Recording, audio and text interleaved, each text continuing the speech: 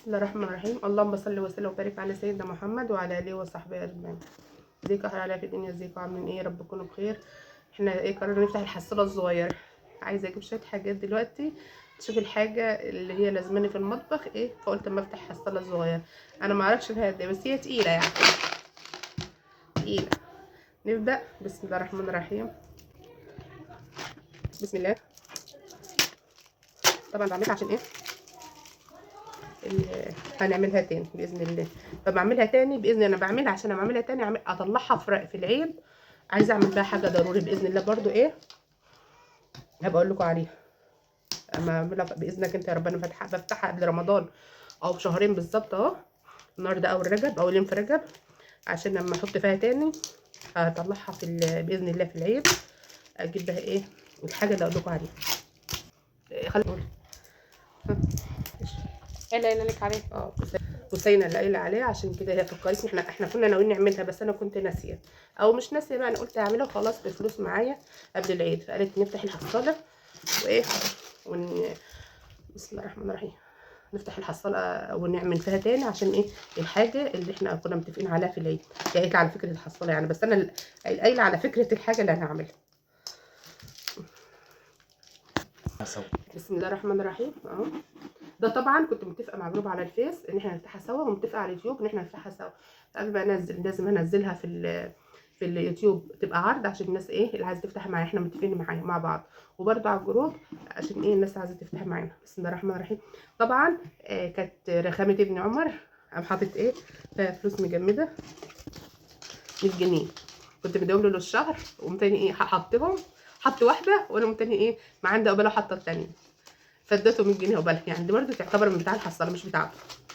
عشان هو ايه بيقول لي ده بتاعته، قلت له لا والله ما بتاعك، انا اديت لك بدلها ما كان الدرس 100 جنيه. بسم الله الرحمن الرحيم. بسم الله اهو. وبعدين عشان يشوفوا ايه الفلوس، توقعوا كده الاول هيطلعوا قد ايه. كل واحد معاه ال 100 جنيه دي خلاص، دي مركونه بجنب تبعهم برده، مش هحطها تبع الفلوس التانيه. توقعوا لي في التعليقات المبلغ ده هيطلع قد ايه. كل واحد يكتب كده في التعليقات من تحت المبلغ ده هيطلع قد ايه، واقول لكم في الاخر طلع قد ايه، وزي ما يكون هقول لكم عليه. يلا نعد بينا.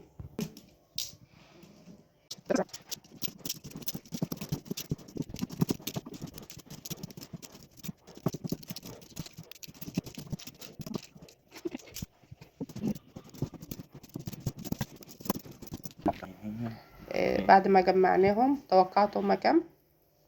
احنا كنا متحمسين جدا، انا كنت متحمسه يعدوا ال200 واكتر كمان، بس الحمد لله توقعاتي ما جاتش قوي كده.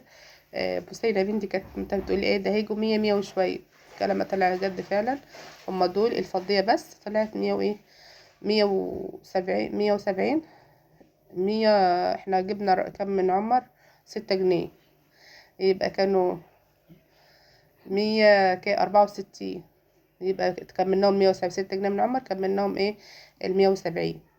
صح صح يا جدعان؟ لا 180.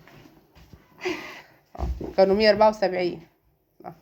1 2 3 4 5 6 7 8 9 10 11 12 13 14 15 16 17 18 180.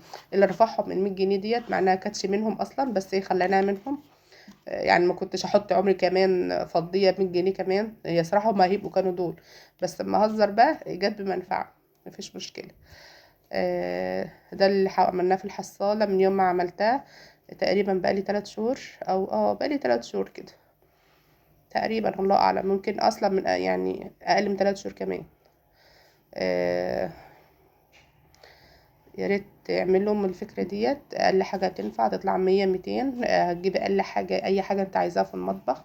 هتجيبي ايه اللي هو المضرب اليدوي، هتجيبي سباتولي، هتجيبي اي حاجه عايزاه، طقم كوبايات اللي هي المنظمات، اي حاجه انت عايزاها محتاجينها في المطبخ او محتاجاها لشخصك انتي، او حاجه لو هتجيبي حتى لو عبايه.